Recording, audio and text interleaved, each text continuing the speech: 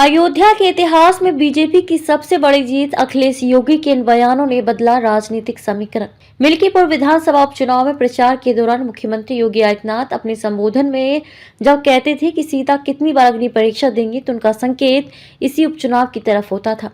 स्वयं मुख्यमंत्री ने ही मिल्कीपुर का 6 बार दौरा किया। वहीं सरकार के 7 मंत्रियों की टीम यहां डेरा डाले रही।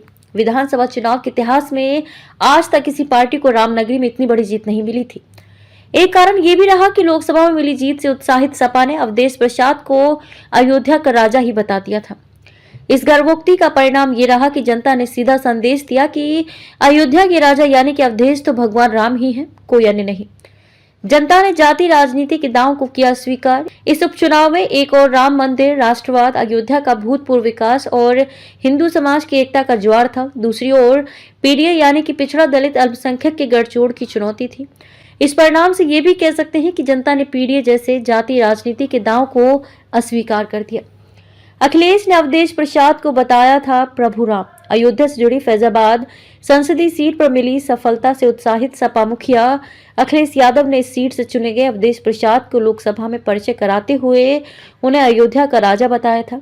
सपा मुखिया की यह गर्वोक्ति उस समय भाजपा समर्थकों के जले पर नमक छिड़कने वाली थी। बीजेपी के सामने थे 9 उम्मीदवार।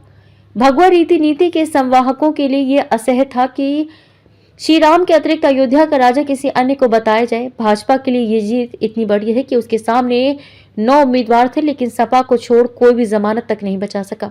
चंद्रभानु पासवान ने प्राप्त किए रिकॉर्ड मत। चंद्रभानु पासवान ने 61,710 मतों के अंतर से जिले के विधानसभा चुनाव इतिहास में सबसे बड़ी जीत प्राप्त कर कीर्तिमान रच दिया है।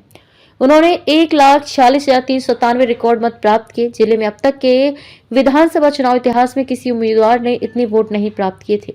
सपा उम्मीदवार अजीत प्रसाद को 84,687 मतों से संतोष करना पड़ा। चंद्रभानु पासवान से पहले अयोध्या के भाजपा विधायक वेद प्रकाश गुप्त ने 2017 के विधानसभा चुनाव में 50,440 मतों से जीत प्राप्त कर रिकॉर्ड बनाया था, जो शनिवार को टूट गया।